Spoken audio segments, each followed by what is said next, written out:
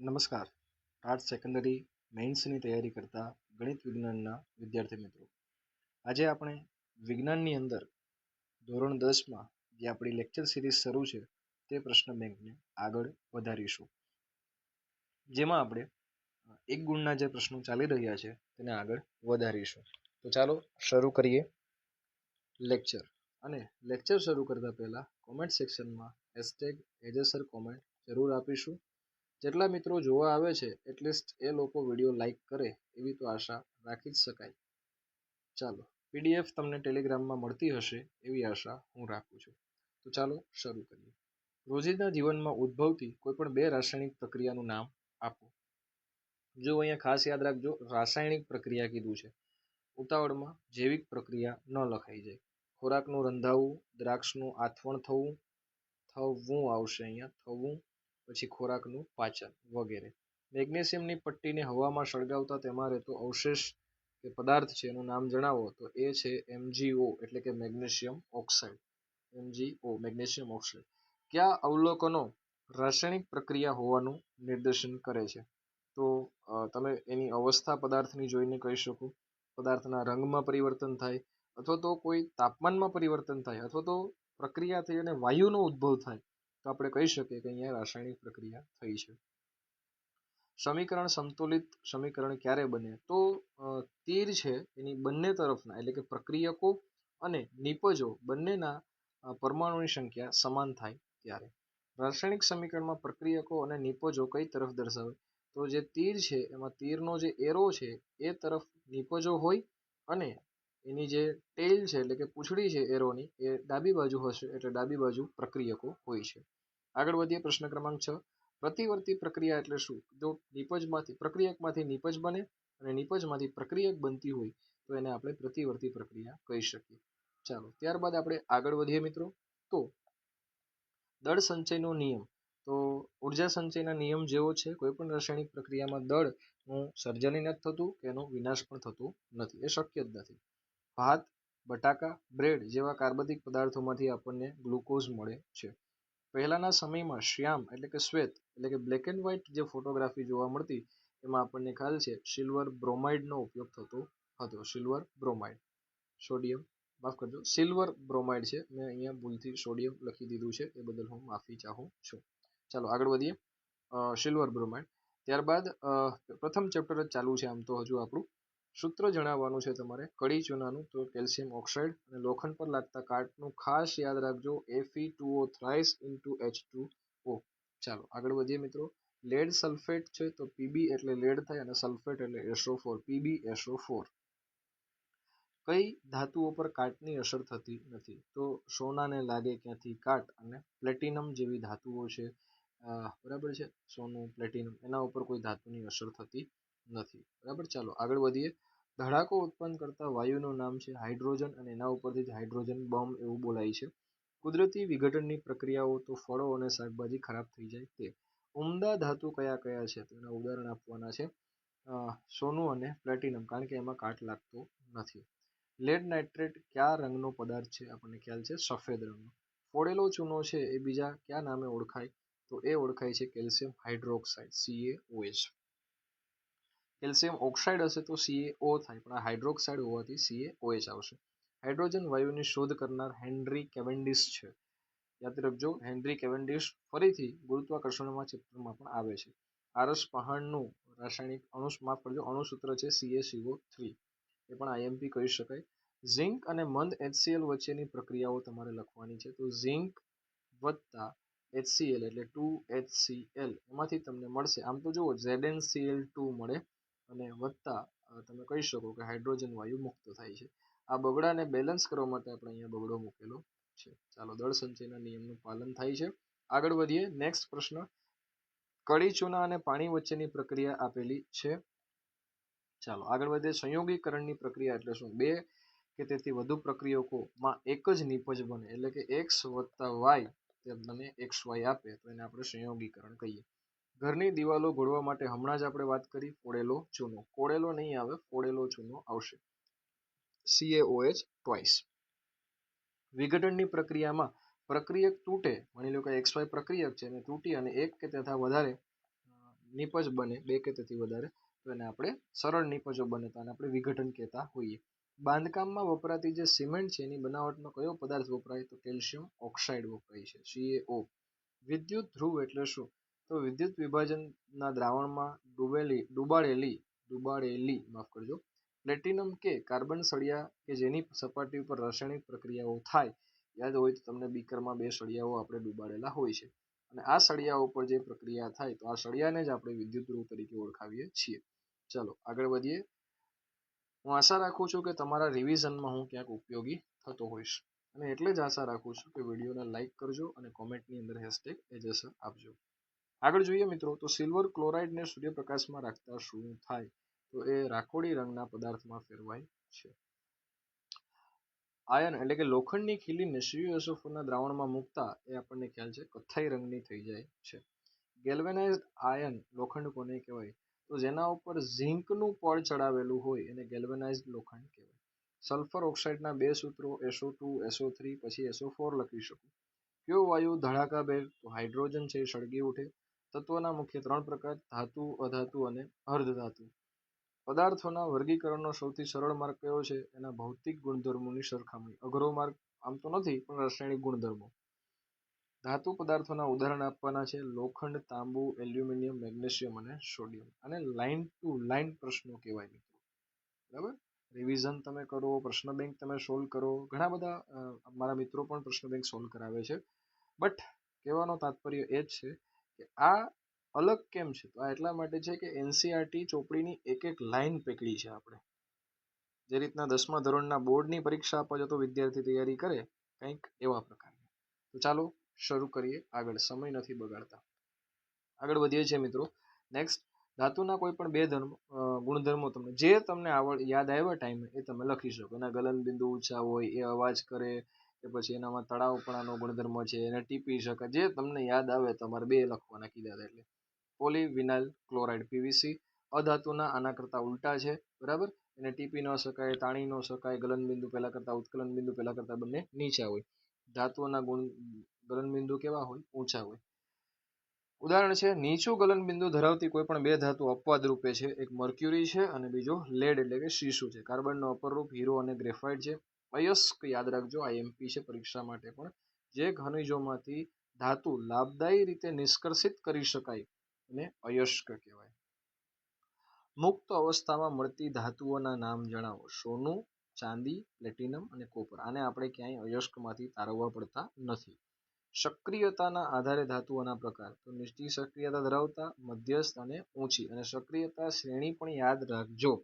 ચાલો આગળ વધીએ. ગેંગ એટલે શું તો પૃથ્વીમાંથી ખોદીને બહાર કાઢેલી અયસ્કો સામાન્ય રીતે મોટા પ્રમાણમાં અશુદ્ધિઓ જેવી કે માટી રેતી વગેરેથી દૂષિત હોય અને આને જ ગેંગ કહેવાય.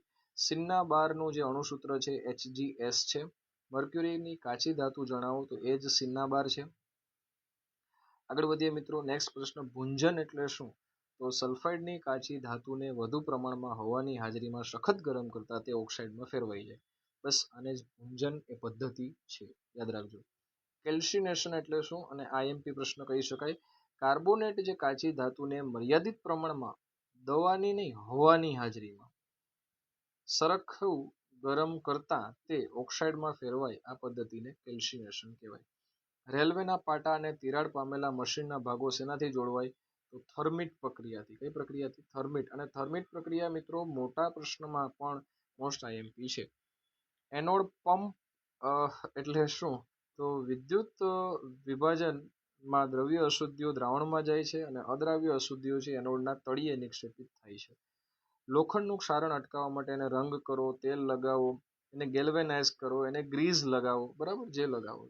ગેલ્વેનાઇઝેશન એટલે શું તો હમણાં જ આપણે કીધું અસ્તર લગાવવું ઝિંકનું પાતળું અસ્તર લગાવવું એને ગેલ્વેનાઇઝેશન કહેવાય. સ્ટેનલેસ સ્ટીલની મિશ્ર ધાતુઓ છે નિકલ અને ક્રોમિયમ છે. શું છે ક્રોમિયમ. મિશ્ર ધાતુ એટલે શું 2 કે તેથી વધુ ધાતુઓનું મિશ્રણ અધાતુનું બરાબર સમાંગ મિશ્રણ શબ્દ આવવો જોઈએ. સંરસ એટલે શું જે ધાતુઓ પૈકીની એક મર્ક્યુરી હોય તે મિશ્ર ધાતુને સંરસ કહેવાય. વિદ્યુત તારનું એકબીજા સાથે વેલ્ડિંગ કરવા માટે શું વાપરીએ સીસુ અને ટીન. બજારમાં મળતી ફાઇન પેનને કાટથી બચાવવા માટે ઝિંકનું સ્તર લગાડવું જોઈએ. દાત્વીય ચમક તો ચળકાટવાળી જે છે એને આપણે ધાત્વીય ચમક કહીએ, એનો ગુણધર્મ જ છે. આગળ વધીએ મિત્રો, તો દ્રાવણમાંથી વિદ્યુતનું વહન શેના કારણે થાય છે? તો આપણને ખ્યાલ છે વીજભારિત કણોની ગતિશીલતાને કારણે, ધન અને ઋણના કારણે. પૃથ્વીમાં પોપડામાં રહેલ રિપીટેડ છે 0.02, કાર્બનના અપૂર્ણ સ્વરૂપો રિપીટેડ છે, વાતાવરણમાં કાર્બન ડાયોક્સાઇડનું પ્રમાણ 0.03%, સીએનજીનો મુખ્ય ઘટક મિથેન છે, મિથેન કોમ્પ્રેસ્ડ નેચરલ ગેસ, કાર્બનનું સૌથી સખત સ્વરૂપ ડાયમંડ છે, હીરો. વિદ્યુત વહનની દ્રષ્ટિએ કાર્બન સંયોજનો કેવા હોય? તો એ મંદ વાહકો કહી શકાય, અવાહકો કરતા મંદ વાહકો વધારે યાદ રાખજો. સામાન્ય રીતે સહસંયોજકના ગલનબિંદુ અને ઉત્કલનબિંદુ નીચા હોય છે અને વહેલા તોડી શકાય. કાર્બન સંયોજનોની સંખ્યા આશરે કેટલી અંદાજવામાં આવે? 3 મિલિયન જેટલી. સંતૃપ્ત કાર્બન જે છે આલ્કેન, એનું સૂત્ર છે CnH2n+2. આલ્કીનનું સૂત્ર આપેલું છે, આલ્કાઇનનું પણ આપેલું છે. અને અકાર્બનિક સંયોજન એમોનિયમ સાયનેટમાંથી, સાયનાઇડ આવશે આમ તો, કાર્બનિક સંયોજનની યુરિયાની બનાવટ ફ્રેડરિક વોહલરે શોધી હતી. તેમ છતાં આગળ જોઈએ મિત્રો, બંધારણીય સૂત્ર છે બેન્ઝીનનું. પછી અસંતૃપ્ત આલ્કાઇન સંયોજનનું સૂત્ર છે, કેટલાક કાર્બનથી વધુ કાર્બન હોય તો જ વલય રચના બને, 3 થી વધુ. હેક્ઝેનના સભ્ય ઘટકો કેટલા હોય છે? શક્ય સમઘટકો 5. આલ્ડીહાઇડ ક્રિયાશીલ સમૂહનું બંધારણીય સૂત્ર છે. નેક્સ્ટ, સમાનધર્મી જે શ્રેણીના 2 ક્રમિક સભ્યોમાં આણ્વીય દળોનો તફાવત 14.4 છે. દાખલામાં પણ યાદ રાખજો આને. કીટોન અને કાર્બોક્સિલિક એસિડ ક્રિયાશીલ સમૂહમાં બંધારણીય સૂત્રો આપેલા છે. ચાલો, કઠિન પાણી એટલે કે ભારે પાણીમાં આયનો, કયા આયનો હાજર હોય? તો કેલ્શિયમ અને મેગ્નેશિયમ. બ્યુટોનનો ક્રિયાશીલ સમૂહ કીટોન છે અને આ એનું સમીકરણ છે. કાર્બન, ઓક્સિજન અને નાઇટ્રોજન પરમાણુમાં એલ કોષમાં ઇલેક્ટ્રોનની સંખ્યા અનુક્રમે 4, 6 અને 5 છે. એસિટોન એટલે કે પ્રોપેનોનનું બંધારણીય સૂત્ર આપેલું છે. બરાબર, ચાલો આગળ વધીએ મિત્રો. સાબુ અને કઠિન પાણી એટલે ભારે પાણી સાથે ફીણ ઉત્પન્ન કરતું નથી, કારણ આપો. તો એમાં છે ને કેલ્શિયમ રહે અને મેગ્નેશિયમ જેવા ક્ષારો સાથે પ્રક્રિયા થઈ જાય છે, તેનાથી વધુ માત્રામાં સાબુનો ઉપયોગ કરવો પડે. સલ્ફોનેટ અને સલ્ફેટ ક્ષારના ધરાવતા પ્રક્ષાલકનું સૂત્ર તો આપેલું છે, આમ તો આ સિલેબસ બહાર કહી શકાય. હાલમાં કેટલા તત્વો જાણીતા છે? 118 થી પણ હવે તો વધારે થઈ ગયા છે. હાલમાં જાણીતા તત્વો પૈકી કેટલા તત્વો કુદરતી રીતે પ્રાપ્ત છે? 94. શરૂઆતમાં તત્વોનું વર્ગીકરણ, ડોબરરેન, આ બધા રિપીટેડ પ્રશ્નો છે, આગળ આપણે જોઈ ગયા છે. અષ્ટકનો સિદ્ધાંત છે. બરાબર, હવે આ બધું આવતું નથી એટલે હું થોડુંક અહીંયાથી સ્કીપ કરીને આગળ વધું છું. બરાબર, છેક શ્વસન પર લઉં છું મિત્રો, આને થોડું સ્કીપ કરું છું. શ્વસન એટલે શું? શ્વસનની સંપૂર્ણ વ્યાખ્યા ગ્લુકોઝ જેવા જટિલ પદાર્થોને આપણે તોડવાના છે ઓક્સિજનની હાજરીમાં, એ શ્વસન કહેવાય. ખોરાક કે આહાર કોને કહે છે? તો વૃદ્ધિ વિકાસ માટે આપણા શરીરને બહારથી જે પદાર્થોની જરૂર પડે તે. રક્ષક કોષોનું કાર્ય, વાયુરંધ્ર ખોલવા અને બંધ કરવા. સ્વાદુપિંડ, સ્વાદુ રસનો સ્ત્રાવ કરે. જઠરમાં શેના પાચનની શરૂઆત થાય છે? તો ખોરાકના. લાળ ગ્રંથિ લાળ રસનો સ્ત્રાવ કરે. કણાભ સૂત્ર ઓક્સિજનના ઉપયોગ વડે શેનું વિઘટન કરે છે? તો મિત્રો એ પાયરુવેટનું વિઘટન કરે છે. માનવ મગજના સૌથી મોટા અને મહત્વપૂર્ણ ભાગનું નામ બૃહદ મસ્તિષ્ક છે. ચેતાતંત્રના રચનાત્મક અને ક્રિયાત્મક એકમ ચેતાકોષ છે. ઉર્મિ વેગનું વહન એટલે શું? અથવા ઉર્મિ વેગ એટલે શું? તો ચેતાતંતુઓમાં માહિતીનું વહન વીજ રાસાયણિક સંકેતોના સ્વરૂપે થાય છે. અંતઃસ્ત્રાવી ગ્રંથિ કઈ કઈ છે એની વ્યાખ્યા આપવાની છે. ગ્રંથિઓ તો ઘણી બધી છે. અંતઃ એટલે કે અંદર જે નલિકા વિહીન ગ્રંથિ છે એને અંતઃસ્ત્રાવી ગ્રંથિ કહેવાય. ગ્રાહીઓ છે, ગ્રહણ કરે છે ઉત્તેજનાને એટલે એને ગ્રાહીઓ કહેવાય. પરાવર્તી કમાનની વ્યાખ્યા, આવર્તનની વ્યાખ્યા આ આપણને ટેક્સ્ટબુકમાં પણ આપેલી છે. અને પ્રત્યુત્તર આપણે આપતા હોય કે ગરમ વસ્તુને હાથ અડકાડતા આપણે હાથ પાછો ખેંચી લઈએ, અને એ ક્રિયા આખી ઘટના આખી પરાવર્તી કમાનની ઘટના છે. આવર્તન તો જે તરફનું, જેમ કે ભૂ આવર્તન હોય, જલ આવર્તન હોય, રસાયણનું વર્તન હોય, બરાબર, આ બધા આવર્તનના ઉદાહરણો છે. આવર્તન એટલે જેને આપણે પ્રત્યુત્તર આપીએ, જેમ કે પાણી જમીન તરફ હોય તો મૂળનું વિકાસ પણ જમીન તરફ જ થાય, તો એને ભૂ આવર્તન કહેવાય. બરાબર, ચાલો આગળ વધીએ. CNS નું પૂરું નામ છે સેન્ટ્રલ નર્વસ સિસ્ટમ. PNS પણ આવે છે, પેરિફેરલ નર્વસ સિસ્ટમ. મને ઓળખો તો કટોકટીની સ્થિતિ આવે ને એટલે એડ્રીનાલિન ગ્રંથિ આવશે, આ યાદ રાખજો. જરાયુ કોણ? જટાયુ ચાલો, જરાયુ આપેલું છે આપણને. ગર્ભસ્થાપન પછી ગર્ભાશયની દિવાલમાં રકાબી જેવી વિશિષ્ટ રચના છે, એને દ્વારા માતાને ભ્રૂણ પોષણ મેળવે છે, એને આપણે જરાયુ કહીએ. બેક્ટેરિયા અને વાયરસ વડે થતા સેક્સ્યુઅલી ટ્રાન્સમિટેડ ડિઝીઝ એટલે કે જાતીય રોગો કયા કયા છે? તો ગોનારિયા, સિફિલિસિસ અને વાયરસમાં મશા, HIV અને એડ્સ છે. પ્રજનન એટલે શું? તો નવી સંતતિ ઉત્પન્ન કરવાની લૈંગિક ક્રિયા અથવા તો અલૈંગિક પદ્ધતિ. એટલે પછી પુંકેસરમાં ઉત્પન્ન થયેલી પરાગરજને સ્ત્રી કેસરના પરાગાસન પર સ્થાપિત કરવાની ક્રિયા એટલે પરાગનયન થાય. આનુવંશિકતા પેઢી દર પેઢી આપણામાં જે લક્ષણો ઉતરી આવે તે. ઉદ્વિકાસ સિલેબસની બહાર છે. બે સજીવો એ પણ શરીર, આ બધા આપણે કહીશું કે સિલેબસની બહાર છે. નેક્સ્ટ અહીંયા સુધી બહાર લઈએ. લેન્સનો પાવર માપવા માટે ડાયોપ્ટર મીટર વપરાય છે. ચશ્માની બનાવટમાં વપરાયેલા શુદ્ધિકારક લેન્સનો પાવર -4D છે. તો લેન્સનો પ્રકાર અંતર માઇનસ છે એટલે અંતર્ગોળ પ્લસ હોય તો બહિર્ગોળ. બહિર્ગોળ લેન્સ વડે વિવર્ધિત પ્રતિબિંબ મેળવી શકાય? ના, મેળવી શકાતું નથી. જ્યારે પ્રકાશનું કિરણ એક માધ્યમમાંથી બીજા માધ્યમમાં પ્રવેશે ત્યારે તેની કઈ બે રાશિમાં ફેરફાર થાય છે? તો વેગ અને લંબાઈમાં. એની આવૃત્તિમાં કોઈ ફેર પડતો નથી. હીરાનો વક્રીભવનાંક 2.42, પાણી 1.33, ક્રાઉન કાચ 1.5. અંતર્ગોળ લેન્સ પાણી લખી લ્યો, પાણી આપેલું છે. શું નથી લખેલું? ગ્લિસરીન 1.43. ચાલો, અંતર્ગોળ લેન્સનો પાવર ઋણ હોય. કાર્બન ડાયસલ્ફાઇડ નિરપેક્ષ જે છે એનો વક્રીભવનાંક કેટલો હોય? તો 1.63, પણ આ આઉટ ઓફ સિલેબસ છે. સૂર્યમાંથી આવતો પ્રકાશ કેવા કિરણો રચે છે? ચાલો આગળ વધીએ. લેન્સના પાવરનો SI એકમ ડાયોપ્ટર છે. લેન્સનું સૂત્ર આપેલું છે. એક શાંત તળાવ પાણીની સમક્ષિતિજ સપાટી પર હવામાંથી ગતિ કરતું પ્રકાશનું ત્રાસું કિરણ આપાત થાય છે. તળાવની અંદર પાણીમાં તે કેવું પ્રતિબિંબ રચે છે? આભાસી પ્રતિબિંબ રચશે. કોઈ પણ માધ્યમનો નિરપેક્ષ વક્રીભવનાંક હંમેશા 1 હોય.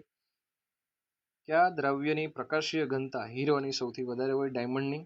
આગળ વધીએ મિત્રો. પ્રકાશનું ત્રાસું કિરણ કાચમાંથી હવામાં પ્રવેશતા તે શું થાય? તો કે લંબ તરફથી દૂર વાંકું વળે છે. મેગ્નિફાઇંગ લેન્સ એટલે કે વિવર્ધિત લેન્સ કયો લેન્સ છે? તો બહિર્ગોળ લેન્સ છે. માધ્યમની સપાટીને લંબ રૂપે આપાત થતા પ્રકાશના કિરણોનો લંબ રૂપે આપાત થાય છે એટલે 0 ડિગ્રી. આભાસી પ્રતિબિંબ હંમેશા બહિર્ગોળ અરીસા અને અંતર્ગોળ લેન્સ રચે છે. 2 મીટર કેન્દ્ર લંબાઈ ધરાવતો હોય તેનો પાવર P = 1/f એટલે -0.5D અને અંતર્ગોળ લેન્સ થશે. અભિસારી લેન્સનો પાવર ધન અને અપસારી લેન્સનો પાવર ઋણ હોય. તમે સંમત છો? તો સંમત છે. એ અંતર્ગોળ બહિર્ગોળના બીજા નામ છે.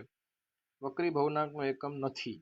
જુદી જુદી જો n બરાબર જુદી જુદી ઊંચાઈએ વાતાવરણનો વક્રીભવનાંક કેવો હોય છે? જોજો, કારણ કે હવાની ઘનતા બદલાતી હોય. ચાલો, ઘણા બધા પ્રશ્નો છે મિત્રો, આગળ ફટાફટ આપણે જોઈ લઈએ. હું અહીંયાથી થોડો આગળ જઉં છું. જો હું તમને કહી દઉં, આ મુખ્ય કેન્દ્ર પરથી મને યાદ આવી ગયું. અરીસાની લેન્સ, અરીસો તમે ભણશો તો ત્યાં જેટલી પણ વ્યાખ્યા આપેલી છે એ અરીસાની બધી જ વ્યાખ્યા કરી લેજો. બધી જ વ્યાખ્યા આપણને મોઢે હોવી જોઈએ. તો આ મિત્રો હું થોડું આગળ જઉં છું, સ્કીપ કરું છું. ચાલો, ઘણા બધા પ્રશ્નો છે આપણી પાસે મિત્રો, એટલે બધા જ પ્રશ્નો વાંચવા બેસીશું તો મને લાગે છે લેક્ચર ઘણો બધો લાંબો થઈ જશે. બરાબર, આ જે મેઇન જે પ્રશ્નો છે કે જ્યાં હું ટીક માર્ક કરું છું એને તમે ખાસ વાંચજો, કારણ કે અગત્યના પ્રશ્નો છે. બરાબર, ચાલો હવે અહીંયા જુઓ તો આ ઉર્જાનો ઉત્તમ સ્ત્રોત, આની કોઈ જરૂર નથી. આ બધા આઉટ ઓફ સિલેબસ છે એટલે એને હું ફટાફટ કાઢી નાખું છું. બરાબર, ચાલો અહીંયા એક જસ્ટ અ સેકન્ડ જો અહીંયા અગ્નિશામકની અંદર આ યાદ રાખજો, એ અગત્યનું છે. બરાબર, ઓઝોન સ્તર માટે કાર્બન અને 168 સુધી આ બધા ઉપયોગી પ્રશ્નો છે. બરાબર, ચાલો હવે નીચે તમે જુઓ તો 169 થી જે ફાઇલ શરૂ થઈ છે, આ તમને PDF મારે આપવી છે એટલા માટે કહી દઉં. 169 થી લઈ અને 182 અહીંયા સુધીના પ્રશ્નો કરવાના નથી, કારણ કે મેં ચેક કર્યું છે તો મને એ આઉટ ઓફ સિલેબસ લાગે છે. તેમ છતાં એક વખત તમે